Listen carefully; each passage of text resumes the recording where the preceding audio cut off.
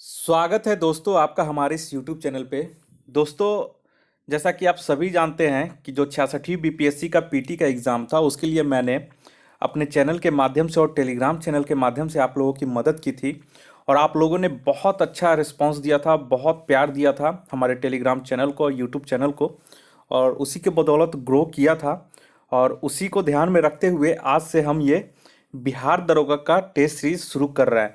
BPSC का मैंने पोल करवाया था अपने चैनल पे कि बीपीएससी का दरोगा का आप लोग किस चीज़ का चाहते हैं, तो बहुत सारे लोग दोनों का बोले थे। तो मैंने तो बीपीएससी का शुरू ही कर दिया था। टेस्ट 1 मैंने डाल दिया है 67th बीपीएससी 2021 का जो तैयारी करना चाहते हैं उसके लिए। और बिहार दरोगा का मैं आज से शुरुआत करने जा रहा हूँ, वो भी free of cost test series. कुछ का पीडीएफ जो टेस्ट सीरीज होगा वो मैं अपने टेलीग्राम चैनल पे ही शेयर करता हूँ। जनरली जो भी पीडीएफ मुझे शेयर करना रहता है उसका मैं लिंक यूट्यूब चैनल पे ना दे करके अपने टेलीग्राम चैनल पे सेंड कर देता हूँ। वहाँ से मुझे बहुत सुविधा होती है। तो अगर आपने हमारा टेलीग्राम चैनल ज्वाइन नहीं किया है तो टेलीग्राम चैनल पर जाइए और कन्फ्यूज़न 9.2.11 सर्च कीजिए। वहाँ से आपको डायरेक्ट मिल जाएगा और वहाँ पर टच करके ज्वाइन बटन आ जाएगा। ज्वाइन पे आपको टच कर देना है और ज्वाइन हो जाना है। वैसे मैं इसका लिंक दे दूंगा। और जो बीपीएससी का अभी तक टेस्ट नंबर 1 नहीं देखे हैं 67th बीपीएससी पीटी के लिए 2021 का, उसका भी लिंक दे दूंगा। वहाँ से आप लोग वीडियो देख लेंगे, ठीक है। तो आज चलिए बिहार दरोगा का जो भारतीय राज्य व्यवस्था से आज शुरू करते हैं। इसमें 100 प्रश्न होंगे और बहुत ही लाजवाब प्रश्न होंगे, ठीक है। इसे आपको हर हाल में करना है, छोड़ना नहीं है। उसके बाद फिर किसी दिन हो जाएगा फुल टेस्ट ले लेंगे, किसी दिन टॉपिक वाइज टेस्ट ले लेंगे, ठीक है। तो इस तरह से करके आपको आंसर हम करवाते जाएंगे। और ये बहुत ही बढ़िया टेस्ट सीरीज होने वाला है। आप लोग हमसे नफरत कर सकते हैं, प्यार कर सकते हैं, लेकिन प्रश्नों को आप लोग ना नफरत कर सकते हैं ना प्यार कर सकते हैं, उसे आप लोग को देखना ही पड़ेगा, ठीक है। तो स्वाभाविक तौर पे आप इस प्रश्न को देखिए पूरे 1 से 100 तक और अपना कमेंट जरूर कीजिए कि सर नेक्स्ट वीडियो भी बनाइए इस पे, इस तरह का टेस्ट सीरीज कंटिन्यू करें या नहीं करें। आप लोग 100 लोग कम से कम कमेंट कर दीजिए तो मुझे भी जोश आता है कि हाँ मुझे भी करना है, जल्दी डालना है। जितना जल्दी 100 लोग कमेंट कर देंगे उतना जल्दी मैं नेक्स्ट टेस्ट सीरीज लेकर आऊँगा बिहार दरोगा के लिए, ठीक है। तो आप लोग 100 लोग कमेंट कीजिए कि सर नेक्स्ट टेस्ट सीरीज डालिए, ठीक है। नेक्स्ट टेस्ट सीरीज डालने के लिए जितने लोग कमेंट करेंगे सर कंटिन्यू कीजिए, कुछ भी कीजिए लेकिन कमेंट कीजिए 100 लोग। और जैसे ही 100 कमेंट पूरा हो जाता है मैं टेस्ट 2 इसका लेके आ जाऊंगा अपने चैनल पे, ठीक है। और इसका जो पीडीएफ है कुछ दिन के बाद मैं अपने टेलीग्राम चैनल पे सेंड कर दूंगा। तो चलिए ज़्यादा समय न लेते हुए आपका आज शुभारंभ करते हैं बिहार दरोगा टेस्ट नंबर 01 2021। पहला क्वेश्चन बोल रहा है कि भारत के गवर्नर जनरल को किस एक्ट के द्वारा अपनी समिति के निर्णय को अस्वीकार करने का अधिकार मिला, ठीक है। तो यहाँ पे एक चीज़ और बता दें, यहाँ पे जो बगल में है ना इसका आंसर मैंने दे दिया ताकि आप लोग को जब पीडीएफ सेंड करूँ तो आप लोग को कोई दिक्कत ना हो। तो इसका सही आंसर हो जाएगा। और बहुत लोग बोलते थे कि क्वेश्चन में टिक मारते जाइए सर, तो क्वेश्चन में टिक मारते जाइए, उसके बदला कि मैं क्वेश्चन खराब करने से क्या होता है कि यहाँ बगल में उत्तर यहाँ पे मेंशन कर दिया गया है, ठीक है। तो पहला का आंसर हो जाएगा ऑप्शन सी। आप लोग देख सकते हैं उत्तर में दिया हुआ है 1786 का अमेंडमेंट एक्ट, ठीक है। नेक्स्ट क्वेश्चन आइए। नेक्स्ट क्वेश्चन बोल रहा है कि 1946 का कैबिनेट मिशन 3 मंत्रियों से गठित था। निम्नलिखित में से कौन इसका सदस्य नहीं था। तो इसका ऑप्शन सही हो जाएगा ऑप्शन डी, लॉर्ड एमरी इसका सदस्य नहीं था। नेक्स्ट आइए तीसरा नंबर क्वेश्चन। तीसरा बोल रहा है कि भारतीयों को किस वर्ष 1947 में सार्वभौम सत्ता सौंपने की योजना निम्न में से किस नाम से जानी गई। तो इसका देखिए तीसरा का आंसर हो जाएगा ऑप्शन नंबर सी, माउंटबेटन योजना। 1947 में यही था। नेक्स्ट आइए 4 नंबर। सन 1936 में भारतीय राष्ट्रीय कांग्रेस द्वारा संविधान सभा के गठन की मांग कहां पर हुए अधिवेशन में रखी गई। तो इसका सही आंसर हो जाएगा ऑप्शन सी, फैजपुर, ठीक है। 5वां नंबर क्वेश्चन बोल रहा है कि कैबिनेट मिशन योजना के अंतर्गत संविधान निर्मात्री परिषद में प्रत्येक प्रांत की आवंटित सदस्य संख्या निर्धारित करने के लिए प्रतिनिधि कितनी जनसंख्या के अनुपात में था। तो इसका हो जाएगा ऑप्शन बी, 10 लाख व्यक्ति, ठीक है। 6ठा नंबर में आइए। 11 दिसंबर 1946 को किसे संविधान सभा की स्थायी अध्यक्ष चुना गया था। यहाँ पे देखिए 11 दिसंबर है तो अस्थाई अध्यक्ष यहाँ पे डॉक्टर राजेंद्र प्रसाद हो जाएगा, और 9 दिसंबर 1946 को आपको सच्चिदानंद सिन्हा को अस्थाई अध्यक्ष चुना गया था। ठीक है, तो छठा में कंफ्यूज मत कीजिएगा। चलिए 7वां नंबर में आइए, और ये जितना भी क्वेश्चन है राज्य व्यवस्था से 100 का बहुत ही बेहतरीन क्वेश्चन है, और हर एग्जाम में पूछे गए प्रश्नों का ही ये कलेक्शन है। ठीक है, नेक्स्ट आइए 7वां नंबर, संविधान की प्रारूप समिति के समक्ष प्रस्तावना का प्रस्ताव किसने रखा? तो इसका ऑप्शन हो जाएगा डी, जवाहरलाल नेहरू। नेक्स्ट आइए 8वां नंबर में, 8वां बोल रहा है कि भारतीय के लिए संविधान सभा की रचना हेतु संविधान सभा का विचार निम्नलिखित में से सर्वप्रथम किसने प्रस्तुत किया? तो इसका सही आंसर हो जाएगा ऑप्शन ए, स्वराज पार्टी ने 1924 में। नेक्स्ट आइए 9 नंबर में, संविधान पांडुलेखन समिति का निम्नलिखित में से कौन सदस्य नहीं था? तो इसका जो ऑप्शन दिया गया है उसमें से याद रखिएगा ऑप्शन डी है, जवाहरलाल नेहरू। और ये सब आपका एग्जाम में पूछा हुआ क्वेश्चन है, आपको क्वेश्चन पढ़ के ही समझ में आ जाएगा। तो ये सब में स्टूडेंट ज़्यादातर गलती करते हैं, तो इस वजह से आप लोग को इसे ध्यान में रखना पड़ेगा क्वेश्चन। अगर आप लोग को लगता है कि कोई क्वेश्चन मैंने गलत बता दिया इसमें, तो आप कमेंट करके बेहिचक बिना किसी शर्म के आप कमेंट कीजिए कि मुझे कोई से दिक्कत नहीं होता, बल्कि मुझे उससे फ़ायदा ही मिलता है अगर आप लोग कमेंट करके बोलते हैं कि सर ये क्वेश्चन आपका गलत है। ये मैं अपने आप में मतलब एक पॉजिटिव थिंकिंग लेके चलते हैं कि आप लोग ध्यान दे रहे हैं और गलती निकाल रहे हैं। और वैसा नहीं है, अगर कुछ मुझे लगता है कि हाँ वाकई में गलत है तो उसका रिप्लाई मैं ज़रूर करता हूँ कमेंट में, जो भी वैसा मुझे कमेंट मिलता है। ठीक है, तो 9 का ऑप्शन डी हो जाएगा, जवाहरलाल नेहरू। नेक्स्ट आइए 10वां नंबर में, 10वां बोल रहा है निम्नलिखित में से वे दो शब्द कौन से हैं जिनका समावेशन 42वें संशोधन द्वारा संविधान की उद्देशिका में किया गया था? तो यहाँ पे ऑप्शन सी हो जाएगा, समाजवादी और धर्मनिरपेक्ष। 11 नंबर आइए, 11 नंबर बोल रहा है कि निम्नलिखित में से कौन सा शब्द भारत के संविधान की उद्देशिका में नहीं है? तो 11 के यहाँ पे ऑप्शन देख लेते हैं हम लोग। हाँ, तो ऑप्शन में यहाँ पे जो है समाजवादी तो है ही, पंथ निरपेक्ष है ही, प्रभु संपन्न है, लोक कल्याण नहीं है, तो ऑप्शन डी इसका सही आंसर हो जाएगा। नेक्स्ट है ये 12 नंबर में, भारतीय संविधान में समवर्ती सूची किसके संविधान से ली गई है? तो ये तो सभी जानते हैं, इसका हो जाएगा ऑप्शन डी, ऑस्ट्रेलिया से। 13 नंबर में आइए, 13 नंबर बोल रहा है कि संविधान के अंतर्गत भारतीय लोकतंत्र के आदर्शों को हम कहाँ देख सकते हैं? तो इसका सही आंसर हो जाएगा ऑप्शन बी, प्रस्तावना में। नेक्स्ट आइए 14 नंबर में, 14 बोल रहा है अब तक भारत के संविधान की उद्देशिका में कितनी बार संशोधन किया जा चुका है? उद्देशिका मतलब क्या? प्रस्तावना में। तो यहाँ पे ऑप्शन ए हो जाएगा, एक बार। इसे ध्यान में रखिएगा। देखिए, जो क्वेश्चन बिहार दरोगा वाला में क्या होता है कि ज़्यादा डिस्कशन का नहीं है, ठीक है, लेकिन जो मैंने बिहार बीपीएससी का डाल रहा हूँ उसमें पूरा एक्सप्लेनेशन के साथ मैं डाल रहा हूँ, ठीक है, तो वो आप लोग को देख सकते हैं, क्योंकि उसमें ई ऑप्शन है ना, तो थोड़ा सा एक्सप्लेन करने का उसमें ज़रूरत पड़ता है, ठीक है। 15 नंबर में आइए, संविधान की प्रस्तावना, संविधान की प्रस्तावना सभी भारतीय नागरिकों को निम्न में से कौन सा एक उपलब्ध कराने के लिए वायदा नहीं करती है? तो ऑप्शन डी है, पूजा की समानता। ये यहाँ पे प्रस्तावना में नहीं लिखा गया है, ठीक है।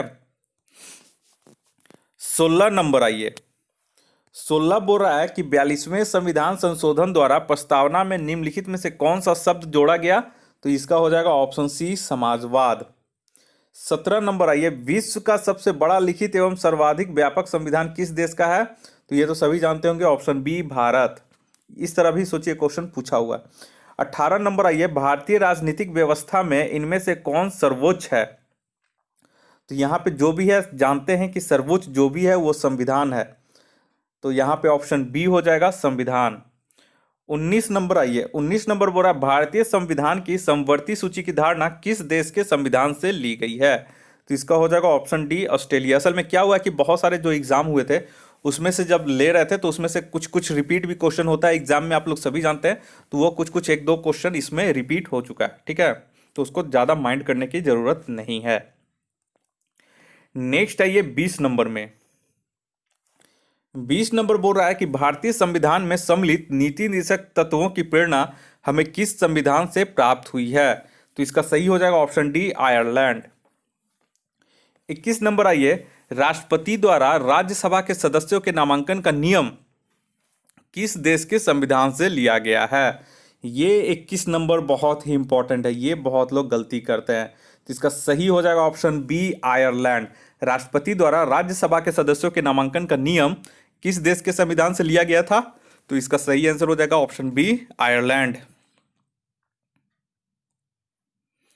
नेक्स्ट आइए 22 नंबर में। 22 बोल रहा है कि राज्य के नीति निर्देशक तत्व किस देश के संविधान के आधार पर निर्मित किए गए हैं? तो यह ऑप्शन सी हो जाएगा, आयरलैंड। 23 नंबर आइए, भारतीय संविधान में मूलभूत अधिकार किस संविधान से लिए गए थे? तो मूलभूत अधिकार ये हो जाएगा संयुक्त राज्य अमेरिका, ऑप्शन ए हो जाएगा। 24 नंबर आइए, भारतीय संविधान में मौलिक अधिकारों की व्यवस्था किस देश के संविधान से ली गई है? तो इसका सही हो जाएगा ऑप्शन बी, संयुक्त राज्य अमेरिका। मौलिक अधिकारों की व्यवस्था अगर पूछेगा तो संयुक्त राज्य अमेरिका से ली गई है। 25 नंबर आइए, संविधान के किस भाग में तीनों सोपानों में पंचायतें बनाने की परिकल्पना की गई है? बहुत इंपॉर्टेंट क्वेश्चन है, ऑप्शन ए, भाग 9। संविधान का भाग पूछ रहा है, अनुसूची नहीं, तो भाग 9 हो जाएगा यहाँ पे। 25 नंबर भी आप लोग, बहुत इंपॉर्टेंट क्वेश्चन है, अच्छे से इसे याद कर लीजिएगा। नेक्स्ट आइए 26 नंबर।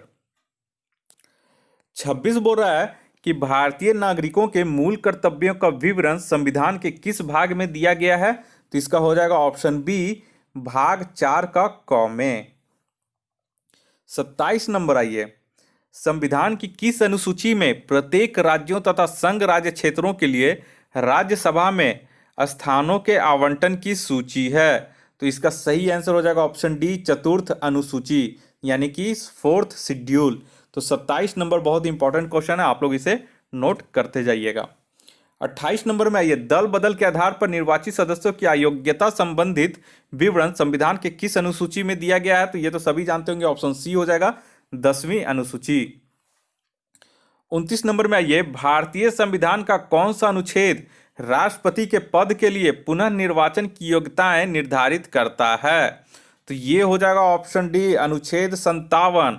इसे भी आप लोग नोट करते जाइए, ये सब बहुत इंपॉर्टेंट क्वेश्चन है, ठीक है। तो ये अनुच्छेद 57 हो जाएगा 29 नंबर। कॉपी पेन ले लीजिए और कुछ जो मैं इंपॉर्टेंट बोल रहा हूं स्टॉप कर लीजिए, और जो आप नोट्स बनाते हैं उसमें इसे नोट करते जाइए। नेक्स्ट आइए 30 नंबर में, संविधान की 6ठी अनुसूची इनमें से किस राज्य में लागू नहीं होती है? तो इसका है आंसर ऑप्शन डी, मणिपुर। 6ठी अनुसूची बाकी सब में इसमें लागू है, असम में, त्रिपुरा में, मेघालय में, ठीक है। ये जनजाति से संबंधित है, कुछ उनको अधिकार दिया जाता है, उसी का है इसमें। तो मणिपुर में ये लागू नहीं होती है। तो ये बहुत इंपॉर्टेंट क्वेश्चन है, 30 नंबर भी आप लोग इसे नोट कर लीजिए। 31 नंबर आइए, भारत के संविधान की किस अनुसूची में विभिन्न राज्यों में अनुसूचित क्षेत्रों के प्रशासन और नियंत्रण के लिए विशेष उपबंध है? तो 31 का सही आंसर हो जाएगा ऑप्शन बी, 5वीं अनुसूची में। नेक्स्ट आइए 32 नंबर। 32 नंबर बोल रहा है कि भारतीय संविधान का कौन सा अनुच्छेद राज्य सरकारों को ग्राम पंचायत के गठन का निर्देश देता है? तो इसका सही हो जाएगा ऑप्शन डी, अनुच्छेद 40। यहां पे गठन पूछ रहा है, इसलिए अनुच्छेद 40 हो जाएगा। 33 नंबर आइए, संविधान के किस अनुच्छेद के अंतर्गत लोक सेवा आयोग के सदस्य को हटाया जा सकता है? लोक सेवा आयोग के सदस्य को हटाया जा सकता है। तो इसका सही हो जाएगा ऑप्शन सी, 315, ठीक है, सॉरी 317। हटाया जा सकता है तो 317 हो जाएगा, ठीक है। तो ये भी बहुत इंपॉर्टेंट क्वेश्चन है, 33 नंबर आप लोग जरूर से जरूर याद कर लीजिएगा। 34 नंबर आइए, 500 से अधिक रजवाड़ों देशी रियासतों के भारत के विलय के लिए कौन उत्तरदायी था? तो ये तो सभी जानते हैं, ऑप्शन सी हो जाएगा, सरदार वल्लभ भाई पटेल। 35 नंबर आइए, भारतीय संविधान के अंतर्गत निम्नलिखित में से कौन सा अनुच्छेद संसद को राज्य सूची के विषय में संबंध में विधि बनाने की शक्ति प्रदान करता है? तो ये हो जाएगा ऑप्शन डी, अनुच्छेद 249। ये भी बहुत इंपॉर्टेंट क्वेश्चन है, इसे भी आप लोग नोट कर लीजिएगा। अगर आप लोग बीपीएससी की या फिर बिहार दरोगा की या फिर बिहार से संबंधित किसी भी एग्जाम की तैयारी कर रहे हैं, तो ऐसा नहीं है कि ये बिहार दरोगा का टेस्ट सीरीज मैं बोल के चला रहा हूँ, तो ऐसा नहीं है कि कुछ किसी दूसरे एग्जाम के लिए इंपॉर्टेंट नहीं है। ये सारे एग्जाम के लिए बिहार में होने वाले एग्जाम में ये बहुत इंपॉर्टेंट है। अगर आप बीपीएससी की भी तैयारी करना चाहते हैं तो ये आप लोग टेस्ट सीरीज हमेशा देखें। जो भी मैं टेस्ट सीरीज डालता हूँ उसी के अकॉर्डिंग मैं रखता हूँ, ठीक है। तो आप लोग जो भी बीपीएससी बिहार दरोगा का तैयारी कर रहे हैं इस वीडियो को ज़रूर पूरा देखें, और कभी भी इसको स्किप मत करके देखिएगा, क्योंकि स्किप करने से क्या होता है कि आप लोग को लगता है कि बहुत इजी जी है, कुछ क्वेश्चन इजी हो जाता है, कुछ टफ हो जाता है, ठीक है। सब मिला जुला के इसमें सेट किया जाता है।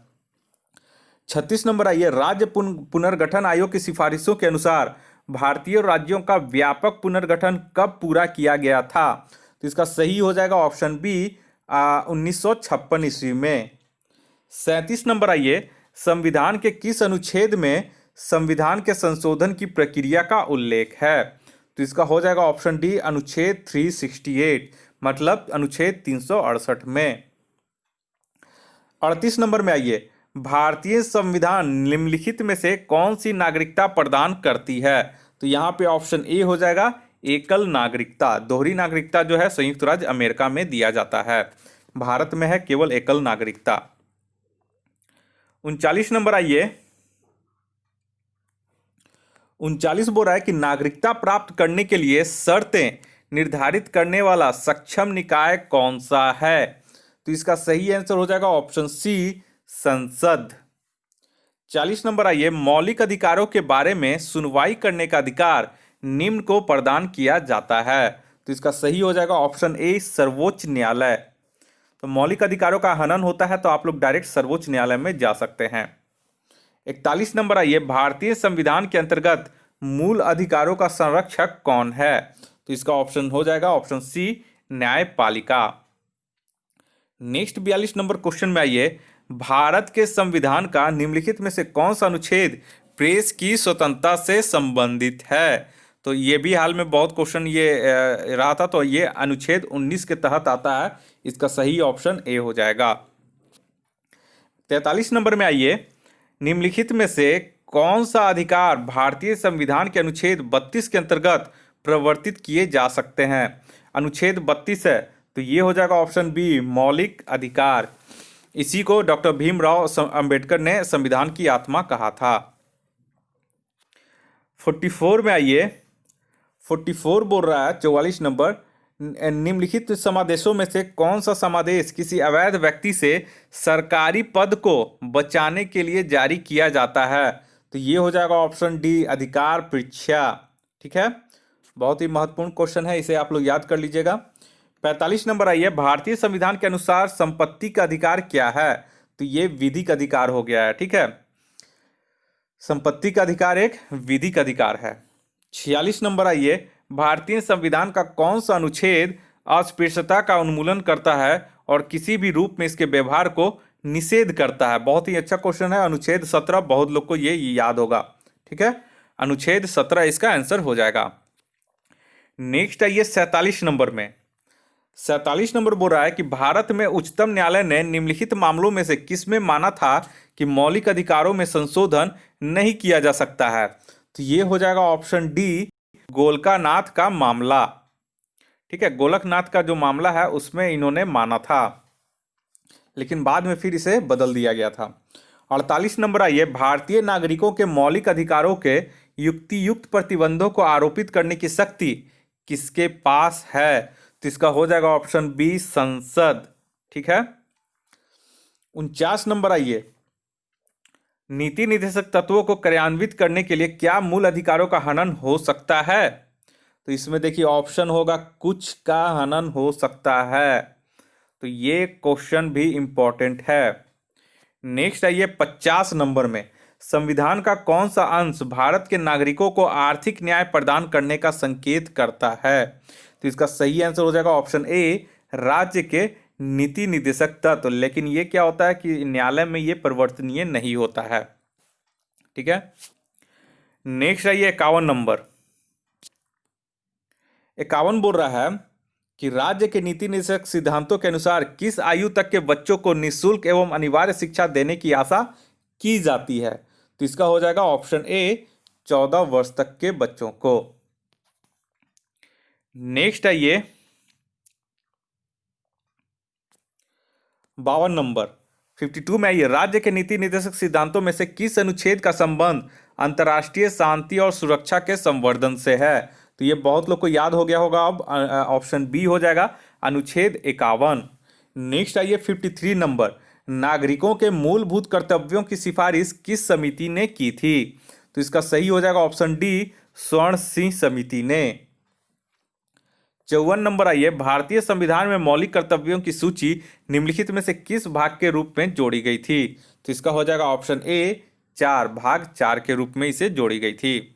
55 नंबर आइए, भारत के प्रत्येक नागरिक का कर्तव्य होगा प्राकृतिक पर्यावरण का संरक्षण एवं सुधार। उपरोक्त कथन भारतीय संविधान के किस अनुच्छेद में संदर्भित है? बहुत ही महत्वपूर्ण क्वेश्चन है, इसे आप लोग नोट कर लीजिए।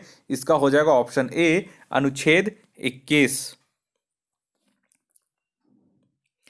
नेक्स्ट आइए 56 नंबर में, 56 बोला भारतीय संविधान के किस अनुच्छेद में भारतीय नागरिकों के मूल कर्तव्य शामिल हैं? तो इसका हो जाएगा ऑप्शन सी 51 क में। 57 नंबर आइए, संसद के 2 क्रमिक अधिवेशनों के बीच अधिकतम कितने समय अंतराल की अनुमति है? तो ये ऑप्शन बी हो जाएगा 6 माह। 58 में आइए, यदि किसी सामान्य विधेयक पर राज्यसभा और लोकसभा के बीच गतिरोध आता है तो उसका समाधान कौन करेगा? तो ऑप्शन सी हो जाएगा संसद का संयुक्त सत्र फिर बुलाना पड़ता है, ठीक है, तो इसका ऑप्शन सी हो जाएगा। 59 में आइए, एक वर्ष में कम से कम कितनी बार संसद की बैठक होना आवश्यक है? तो यहाँ पे ऑप्शन बी हो जाएगा 2 बार, क्योंकि अधिकतम जो है समय अंतराल 6 महीना का होना चाहिए, तो एक साल में कम से कम 2 बार बैठक बैठना होना आवश्यक है। 60 नंबर में आइए 60 नंबर क्वेश्चन, 60 नंबर क्वेश्चन बोल रहा है कि राष्ट्रपति पद्धति में समस्त कार्यपालिका की शक्तियां किसमें निहित होती हैं? तो ये हो जाएगा ऑप्शन ए राष्ट्रपति में, ठीक है। 61 नंबर आइए, राष्ट्रपति पद के चुनाव संबंधी विवाद को किसे निर्देशित किया जाता है? तो ये हो जाएगा ऑप्शन डी उच्चतम न्यायालय, बहुत बार क्वेश्चन पूछा हुआ है। 62 में आइए, भारत में किसके चुनाव में अनुपातिक प्रतिनिधित्व चुनाव प्रणाली अपनाई जाती है? तो किसके चुनाव में, यहाँ पे ऑप्शन में देख लेते हैं 62 का, तो यहाँ पे हो जाएगा ऑप्शन डी राष्ट्रपति। नेक्स्ट आइए 63 में, राष्ट्रपति को निम्नलिखित में से कौन पद और गोपनीयता का शपथ दिलाता है? तो ये हो जाएगा राष्ट्रपति को तो सर्वोच्च न्यायालय के न्यायाधीश हो जाएगा, ठीक है। यहाँ पे भारत का न्यायाधीश है तो वही भारत का सर्वोच्च न्यायालय का न्यायाधीश यहाँ पे सही आंसर हो जाएगा 63 में। 64 आइए, 64 बोल रहा है, जब राष्ट्रपति मृत्यु, त्यागपत्र, पदच्युत या अन्य कारणों से अपने कर्तव्य को नहीं निभा सकता है तो उपराष्ट्रपति कितने समय तक राष्ट्रपति के रूप में कार्य कर सकता है? तो ये हो जाएगा ऑप्शन सी 1 वर्ष तक, ठीक है। 65 नंबर आइए, भारत के किस राष्ट्रपति की मृत्यु कार्यकाल पूरा करने से पूर्व ही हो गई थी?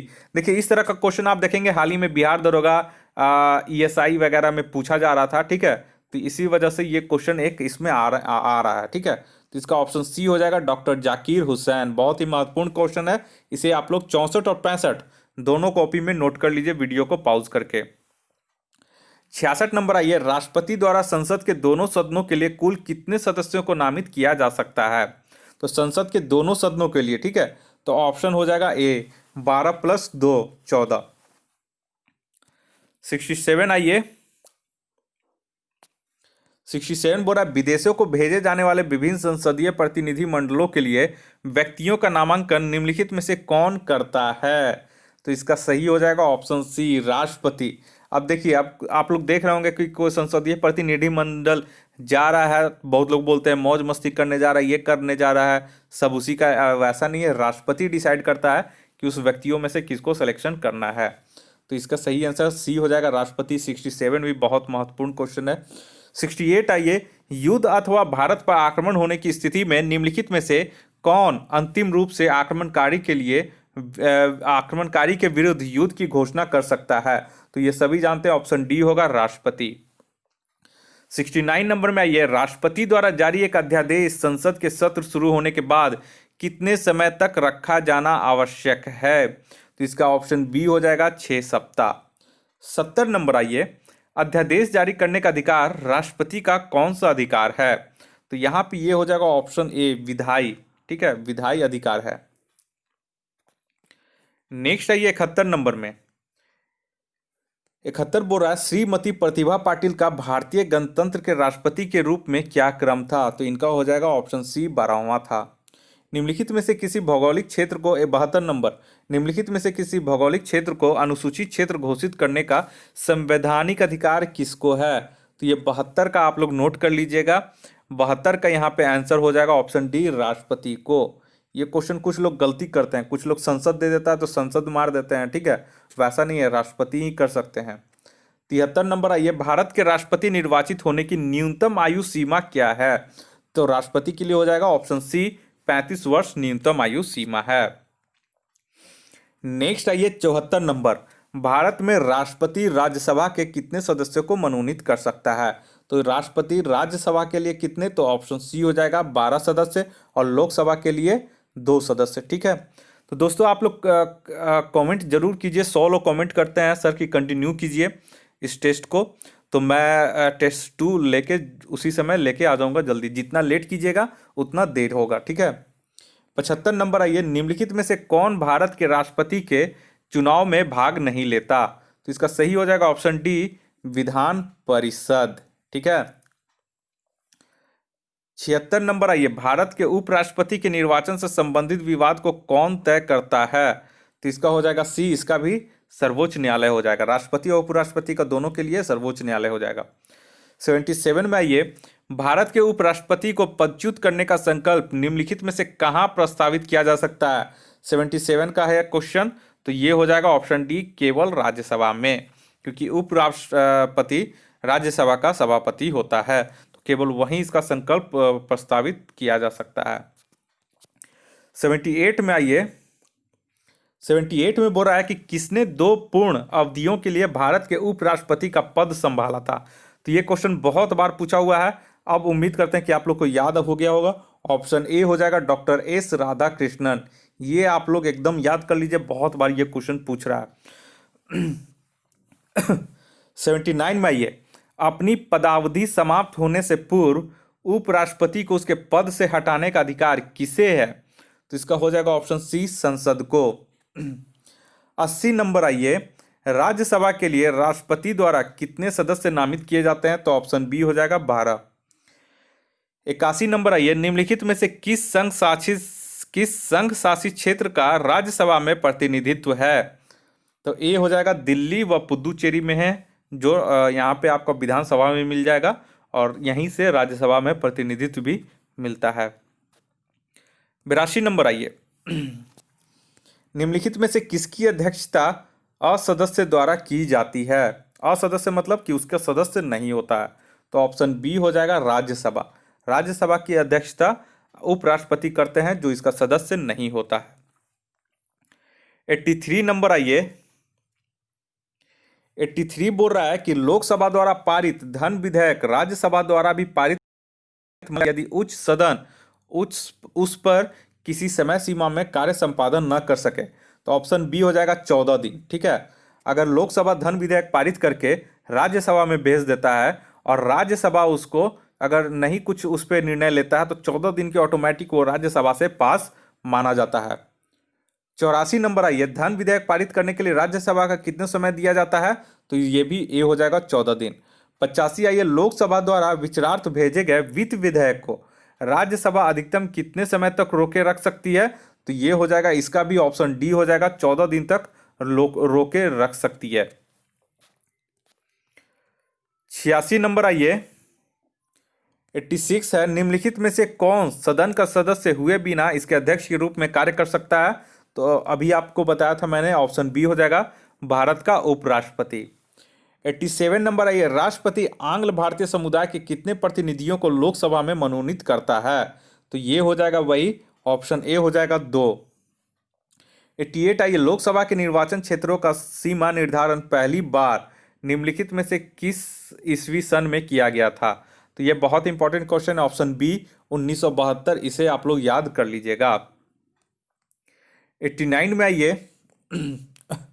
89 नंबर क्वेश्चन बोल रहा है, कौन सा संवैधानिक संशोधन राज्य से चुने जाने वाले लोकसभा के सदस्यों की संख्या बढ़ाने से संबंधित है? तो इसका हो जाएगा ऑप्शन सी 7वां तथा 31वां, मतलब 7 और 31, इसे भी आप लोग याद कर लीजिएगा। नेक्स्ट आइए 90 नंबर, किस राज्य का लोकसभा एवं राज्यसभा में प्रतिनिधित्व सबसे अधिक है? तो इसका ऑप्शन ए हो जाएगा उत्तर प्रदेश। 91 नंबर में आइए, वर्तमान में किस राज्य का लोकसभा में अधिकतम सदस्यों की संख्या के हिसाब से दूसरा स्थान है? तो इसका हो जाएगा ऑप्शन बी महाराष्ट्र। नेक्स्ट आइए 92 में, जहां तक लोकसभा में प्रतिनिधित्व का प्रश्न है, कौन से राज्य दूसरे तथा तीसरे दर्जे पर है? तो लोकसभा में प्रतिनिधित्व, तो दूसरे में महाराष्ट्र हो जाएगा और तीसरे में आंध्र प्रदेश हो जाएगा, तो ऑप्शन ए इसका सही हो जाएगा। और आप लोग एक बार आंध्र प्रदेश वगैरह का कितना लोकसभा सीट है एक बार देख लीजिएगा, ठीक है, सर्च कर लीजिएगा। 93 आइए, निम्नलिखित में से कौन सा राज्य लोकसभा में अनुसूचित जनजातियों के सर्वाधिक प्रतिनिधित्व निर्वाचित करता है? तो ऑप्शन सी हो जाएगा मध्य प्रदेश। ये बहुत बड़े एग्जाम में ये पूछा गया है। 94 आइए, निम्नलिखित में से कौन सा एक लोकसभा का सर्वाधिक बड़ा क्षेत्रफल के अनुसार निर्वाचन क्षेत्र है? तो ऑप्शन बी यहाँ पे हो जाएगा लद्दाख। लोकसभा का सर्वाधिक बड़ा क्षेत्र है, ठीक है, तो लद्दाख इसका सही आंसर हो जाएगा। 95 नंबर आइए, लोकसभा के लिए वर्तमान में निर्वाचित किए जाने वाले सदस्यों की अधिकतम संख्या कितनी है? तो इसका हो जाएगा ऑप्शन सी 543, वर्तमान में पूछ रहा है, ठीक है। 96 आइए, निम्नलिखित लोकसभाओं में से किसने 5 वर्षों से अधिक की अवधि तक कार्य किया है? तो ये हो जाएगा ऑप्शन बी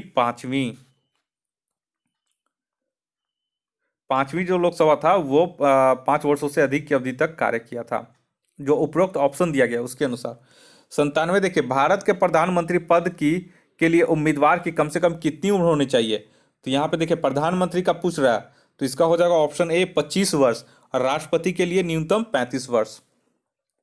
98 नंबर आइए, किस प्रधानमंत्री ने एक बार पद से हटने के पश्चात दोबारा पद संभाला था? तो ये हो जाएगा option C Indira Gandhi. 99 number आइए, संसद शासन प्रणाली में वास्तविक कार्यपालिका शक्ति किसके पास होती है? तो इसमें बी हो जाएगा प्रधानमंत्री। यहाँ संसदीय शासन प्रणाली है, ठीक है, उसका जो हो जाएगा कार्यपालिका का प्रमुख हो जाएगा प्रधानमंत्री, ठीक है। प्रशासनिक और संसदीय प्रशासनिक अगर पूछेगा संघ का कार्यपालिका कौन हो जाएगा? तो वो हो जाएगा राष्ट्रपति। 100 नंबर आइए, कोई व्यक्ति संसद के किसी भी सदन का सदस्य हुए बिना केंद्र में कितनी अवधि तक मंत्री बना रह सकता है? तो ये हो जाएगा ऑप्शन बी 6 महीना, और 6 महीने के अंदर उसको फिर किसी क्षेत्र से चुनाव लड़के जीतना पड़ेगा, तभी वो फिर मंत्री रह सकता है।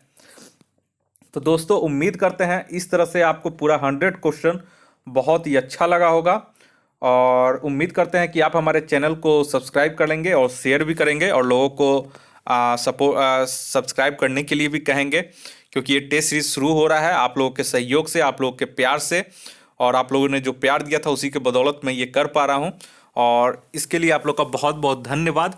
तो चलिए जल्दी से आप लोग कमेंट कीजिए कि सर कंटिन्यू इसे करना है, कब तक करना है। आप लोग 100 लोग कमेंट कर देते हैं तो मैं टेस्ट 2 इसका भी बना दूंगा, क्योंकि क्या होता है कि उससे मुझे हिम्मत मिलता है कि हाँ मुझे भी टेस्ट बनाना है। और जब ज़्यादा कमेंट कुछ करते नहीं है लोग, व्यूज़ भी ज़्यादा नहीं जाता है, तो फिर मैं भी धीरे धीरे थोड़ा सा क्या होता है कि छोड़ देता हूँ ऑनलाइन वीडियो अपलोड करना, और जो हमारे टेस्ट सेंटर पे ऑफलाइन जो चलता है उसी पे मैं ज़्यादा ध्यान देने लगता हूँ, ठीक है।